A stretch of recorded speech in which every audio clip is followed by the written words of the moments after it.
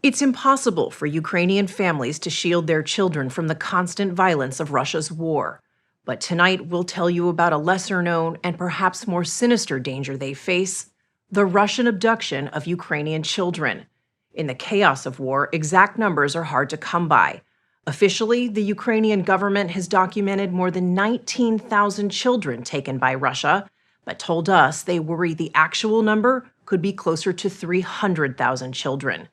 The International Criminal Court has charged Russian President Vladimir Putin and his Commissioner for Children's Rights with the war crimes of unlawful deportation and transfer of children. This summer, we followed one Ukrainian grandmother on an undercover mission deep into enemy territory to find her grandson before he completely disappeared. The story will continue in a moment.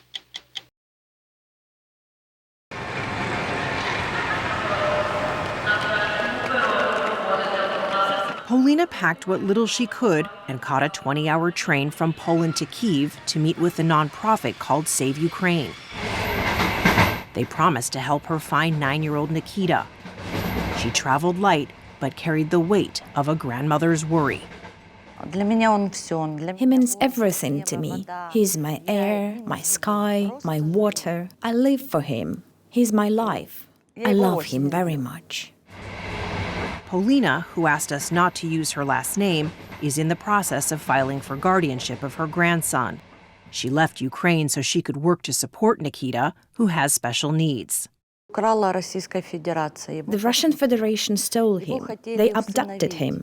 Did the Russians ask anyone for permission to move Nikita? Did they tell anyone they were moving him? No, they didn't tell anyone anything. They simply removed him and hid him. Last October, Nikita was living in a boarding school for disabled children when the Russian authorities ordered all 86 kids there to be transferred deeper into Russian-controlled territory. I came home after work, I opened Instagram, and there was a picture of my child, Nikita, with a caption, "Russia is taking children." Polina says the Russians played a cruel game of hide-and-seek, moving Nikita at least 3 times in 8 months, including to an orphanage in Russia. What were those 8 months like for you? Really bad. Really bad. I wouldn't sleep at night. I didn't want to go to work. I didn't even want to live because I had no one to live for. And then I found this website, Save Ukraine, on Facebook, and I called them. The phones never seem to stop ringing at the Save Ukraine headquarters in Kyiv. So far, they've rescued more than 200 kids, from kindergartners to teenagers. We met the founder, Mykola Kuleba, at one of Save Ukraine's shelters for reunited families. How long do the families stay here? Up to 3 months. Kuleba served as Ukraine's presidential commissioner for children's rights for nearly 8 years. Now he runs these secret rescue missions, which rely on an underground network of safe houses and volunteers, including Russians who oppose the war. I can't tell you how many organizations involved and volunteers. Dozens? Maybe hundreds. Hundreds. Is there one piece of advice that every mother must know before she starts this journey? We explain in them that Russians will intimidate you. They will be doing everything to stop you, to provoke you. That's why you should focus on your child. Your goal is to take your child and not be afraid. But it's hard not to be afraid. These women have to travel alone while the men stay behind to fight. Just before the mothers leave, they get a safety briefing where they learn how to craft cover stories for when, inevitably, they are interrogated by Russian forces. When they return, their stories become evidence that Save Ukraine sends to the International Criminal Court. Putin! Russia's goal, Kuleba says, is to steal the Ukrainian kids' future by erasing their past. Their plans to destroy Ukrainian identity. They brainwash them indoctrinate them, Russify them. They have special classes for Ukrainian children when they teach them what is the Russia Empire, what future they can have in Russia. Because about Ukraine, it's only bad things. What risk do these children pose to Russia if they come back home into Ukraine? Every child is a war crime witness. Every child is a war crime witness. Yeah, every child. Vlad Rudenko was 16 when he was taken last October. He says armed men showed up at his door while his mother, Tetiana Bodak, was out. They told me, you need to pack your things. I said, I will call my mom. They said, don't bother, you're coming with us anyway. After that, Vlad says he was ordered to board a bus, part of a 16-vehicle convoy full of kids that drove to a camp in Russian-controlled Crimea.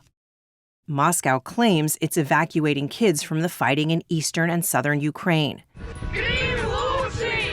But we've learned Russia often pressures poor Ukrainian parents to send their children to schools and these camps, where the kids spend their days with Russian children. Images of happy kids are the propaganda Russia wants the world to see.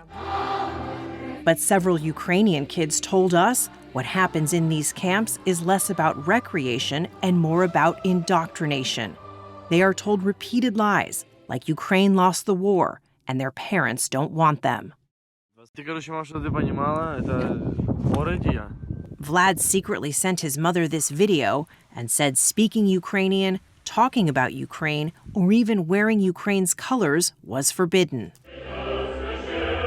Every morning at a camp like this, Vlad told us the Ukrainian children were forced to sing the Russian national anthem. Vlad refused to fall in line. One night, he decided to take down the Russian flag. And then what happened? They came over and told me to pack up. They said we are going to the detention ward. So we went to the ward and I said, I'm not staying here, I'll break everything in here. They told me we'll call a psychiatric hospital for you then. But in the end, they locked me up anyway in the detention ward for 5 days. You were in isolation for 5 days? Yes. One more day and I probably would have hanged myself. Tatiana, what do you think when you hear that? I can't. I just can't find the words because there is a lot of things he didn't tell me. And maybe I'm scared to find out something that I'd better not know. By the time Tetiana rescued Vlad with Save Ukraine's help, she had lost 8 months with her son. Did he look different to you? Yes. I remember he left as a kid, but then when I met him again, I saw a man with an adult vision of life. His eyes just gave him up. Polina couldn't risk losing any more time with Nikita. The night before she left, she gathered gifts for her grandson. This bus station was as far as our cameras could go, but 9 days in, she managed to call while we were with the Save Ukraine team. A translator relayed her harrowing trip. I was moving there in a car throughout that minefield. There was a heavy smell of dead bodies there. What Polina couldn't tell us over the phone was that she and Save Ukraine hatched a plan to get past a border checkpoint near the school in occupied territory where Nikita was held. She pretended to be an aid worker. Her driver recorded as she walked into the building. The director asked me, "How did you get here?" I told him, "I'm a volunteer. I came here from Poland and brought you some humanitarian aid." I needed to say something to be able to see Nikita and figure out a way to get him out of there. This was the only way to do it. And then she finally identified herself as Nikita's grandmother and gave the school director a Ukrainian document authorizing her to take Nikita home. He refused. The director said to me, "He's mine. I'm his guardian." And I said, But I'm his grandmother. You have no right, because he has a biological grandmother who will take him back. This is my child. Last year, Vladimir Putin changed the law to make it easier for some Ukrainian children to receive Russian citizenship, allowing them to be adopted by Russian families. And Putin's top deputy in charge of children's rights, Maria Lvova-Belova, posted these videos of what she described as Ukrainian orphans with their adoptive parents. Lvova-Belova herself says she adopted a 15-year-old Ukrainian boy from the occupied city of Mariupol. Polina showed us the documents that led her to believe Nikita was also about to be adopted. So this is the Ukrainian birth certificate, born in Ukraine, Ukrainian child. And this is what Russia made? And this, what does this say? It says that he's a citizen of the Russian Federation.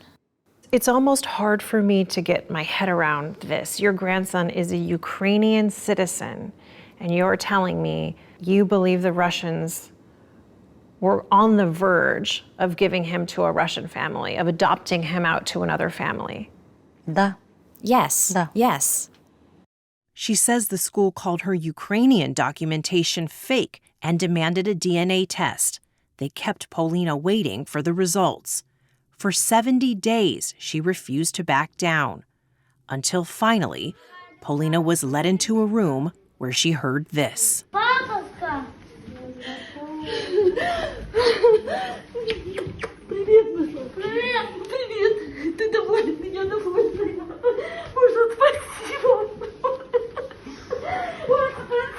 There to personally oversee the reunion, Maria Lvova-Belova. Russian cameras recorded as the accused war criminal handed Nikita gifts. She also made them an offer. Lvova-Belova said to me, "Would you like to stay with us in the Russian Federation, maybe? We will give you some money, we will give you a car." They tried to get you to stay with Nikita. Yes, yes. I said, "I don't need anything. I have everything."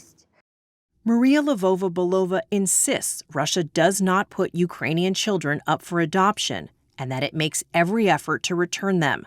On social media, she called Polina and Nikita's reunion a joy and wished them a, quote, happy life.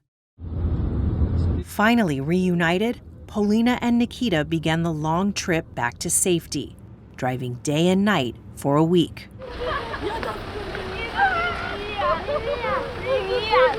We were with the Save Ukraine team when they arrived in Poland.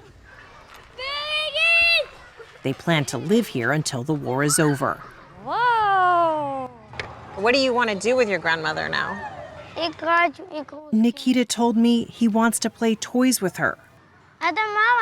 And with a smile, he proudly said, "This is my mother, my grandmother."